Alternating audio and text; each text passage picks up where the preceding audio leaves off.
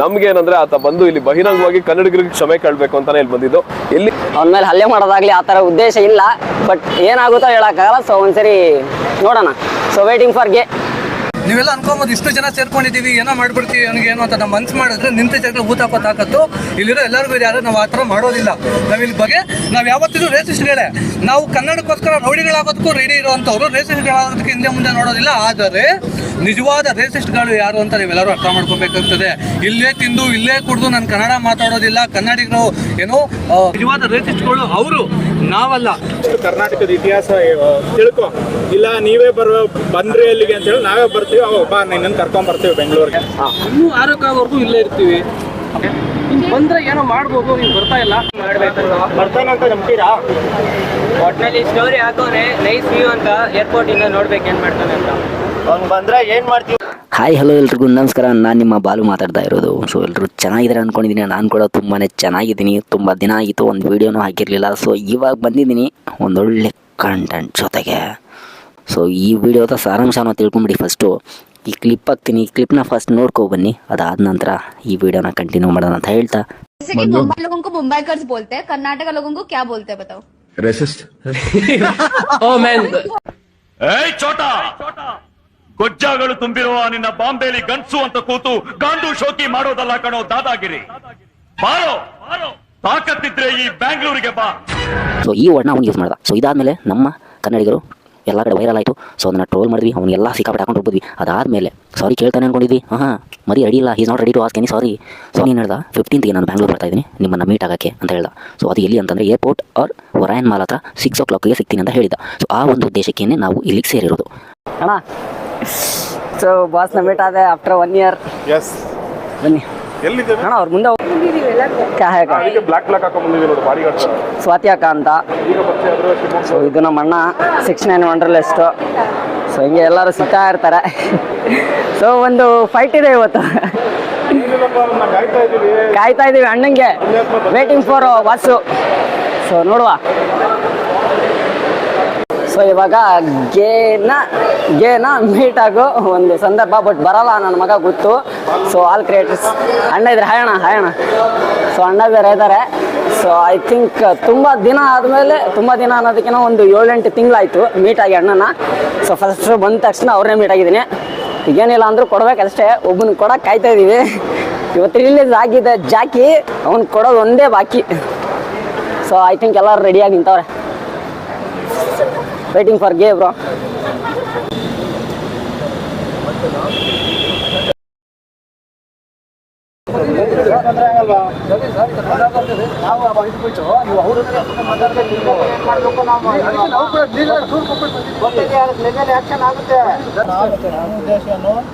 ಜನ ಗುಂಪು ಪಬ್ಲಿಕ್ ತೊಂದರೆ ಬರ್ತದೆ. ಇನ್ನೊಂದು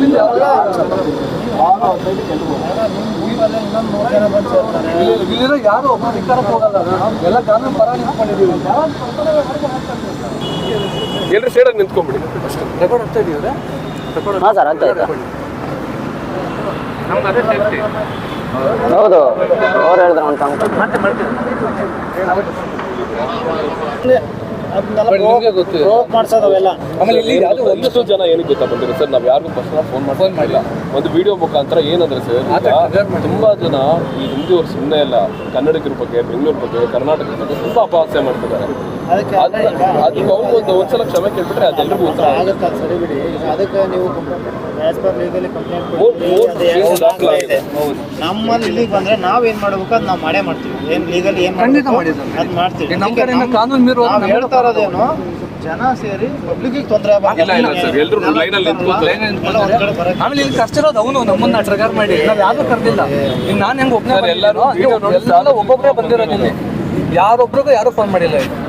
ಇನ್ಫ್ಯಾಕ್ಟ್ ಇವ್ರು ಯಾರು ಅಂತ ಪರಸ್ಪರ ಪರಿಚಯ ಇಲ್ಲ ನಮ್ಗೆ. ಇವ್ರಿಲ್ಲ, ಎಲ್ಲರೂ ಬಂದಿರೋದು ಕನ್ನಡಕ್ಕೋಸ್ಕರ, ಕನ್ನಡಿಗರಿಗೋಸ್ಕರ.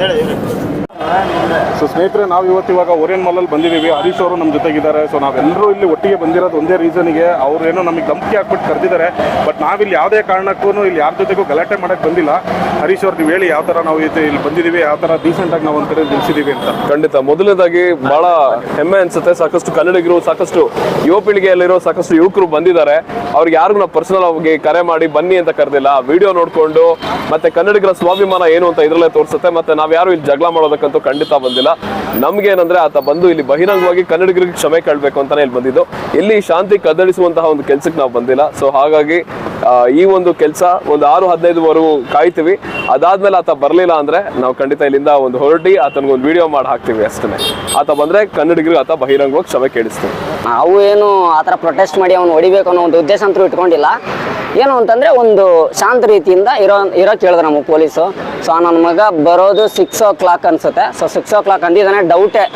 ಇನ್ನೊಂದು ಕೇಳ್ಪಟ್ಟಿರೋದು ಏನಂದರೆ ನನ್ನ ಮಗ ಗೇ ಅಂತ ಕೇಳ್ಪಟ್ಟಿದ್ದೀವಿ. ಸೊ ನೋಡೋಕೆ ಹಂಗೆ ಕಾಣಿಸ್ತಾರೆ. ಸೊ ಏನಾಗುತ್ತೋ ಗೊತ್ತಿಲ್ಲ. ಒಂದು 6 ಗಂಟೆವರೆಗೂ ವೇಟ್ ಮಾಡ್ತೀವಿ. ಅದಾದಮೇಲೆ 6:15ವರೆಗೂ ಮ್ಯಾಕ್ಸಿಮಮ್ ವೇಟ್ ಮಾಡೋಣ ಅಂತ ಹೇಳಿದ್ದಾರೆ. ಸೊ ಹರೀಶ್ ಅಣ್ಣನೂ ಮಾತಾಡಿದ್ರು, ನನಗೆ ನೀರೆಡಿ ಅವರು. ಆಮೇಲೆ 69 ವಂಡರ್ಲಸ್ಟ್ ಅಣ್ಣ ಕೂಡ ಮಾತಾಡಿದ್ರು. ಸೊ ನೋಡೋಣ, ಒಂದು 6:15ವರೆಗೂ ವೇಟ್ ಮಾಡಿಬಿಟ್ಟು ಆಮೇಲೆ ಏನಾಗುತ್ತೆ ಅಂತ ನೋಡೋಣ. ಸೊ ಆಮೇಲೆ ಪೊಲೀಸ್ಗೆ, ಪಬ್ಲಿಕ್ಗೆ ಏನೂ ತೊಂದರೆ ಆಗ್ಬಾರ್ದು ಅಂತ ಹೇಳ್ಬಿಟ್ಟು ಈ ಥರ ಎಲ್ಲರನ್ನೂ ಲೈನ್ ನಿಲ್ಲಿಸಿದ್ದಾರೆ. ಸೊ ಎಲ್ಲರೂ ಶಾಂತ ರೀತಿಯಿಂದನೇ ಮುಗಿಸ್ಬಿಟ್ಟು ಕಳ್ಸೋಣ ಅಂತ ಹೇಳಿದ್ದಾರೆ. ಕಾನೂನಾತ್ಮಕವಾಗಿ ಏನೇನು ಮಾಡಬೇಕು ಅದನ್ನು ಮಾತ್ರ ಮಾಡೋಣ ಅಂತ ಹೇಳಿದ್ದಾರೆ. ಯಾವುದೇ ರೀತಿಯ ಅವನ ಮೇಲೆ ಹಲ್ಲೆ ಮಾಡೋದಾಗಲಿ ಆ ಥರ ಉದ್ದೇಶ ಇಲ್ಲ. ಬಟ್ ಏನಾಗುತ್ತೋ ಹೇಳೋಕ್ಕಾಗಲ್ಲ. ಸೊ ಒಂದ್ಸರಿ ನೋಡೋಣ. ಸೊ ವೇಟಿಂಗ್ ಫಾರ್ ಗೆ.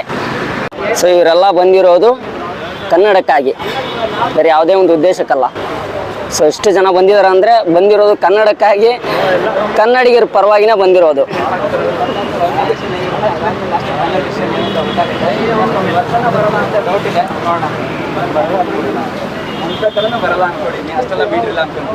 ಸೊ ಇಲ್ಲೆಲ್ಲ ಬಂದಿದ್ದಾರೆ, ಅವ್ರನ್ನೆಲ್ಲ ತೋರಿಸ್ತೀನಿ.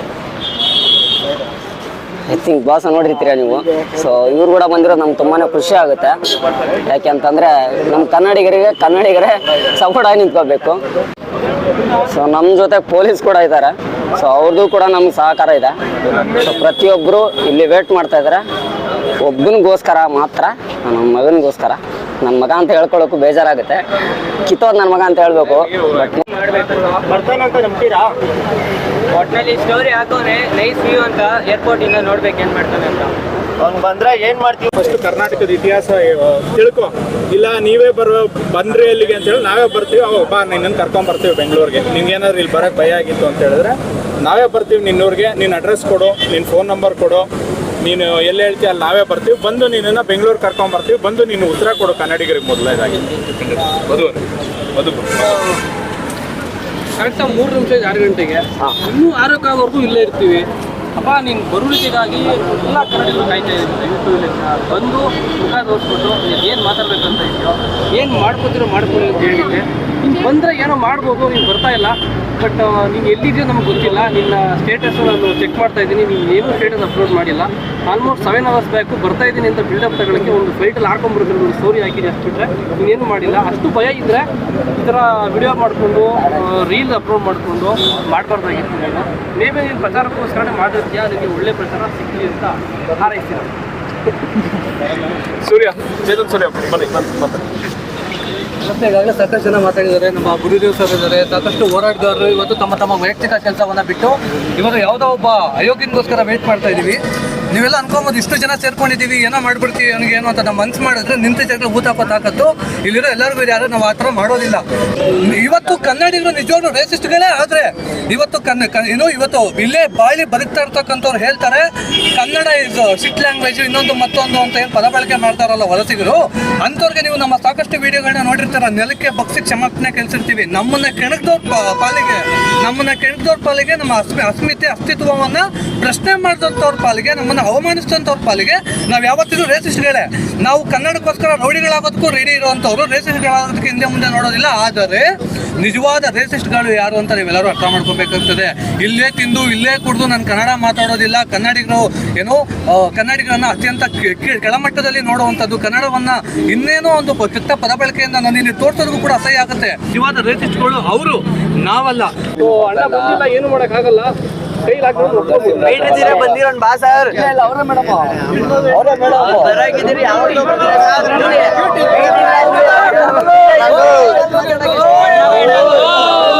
ಹೆಣ್ಮಗು ಹೆಣ್ಮಗು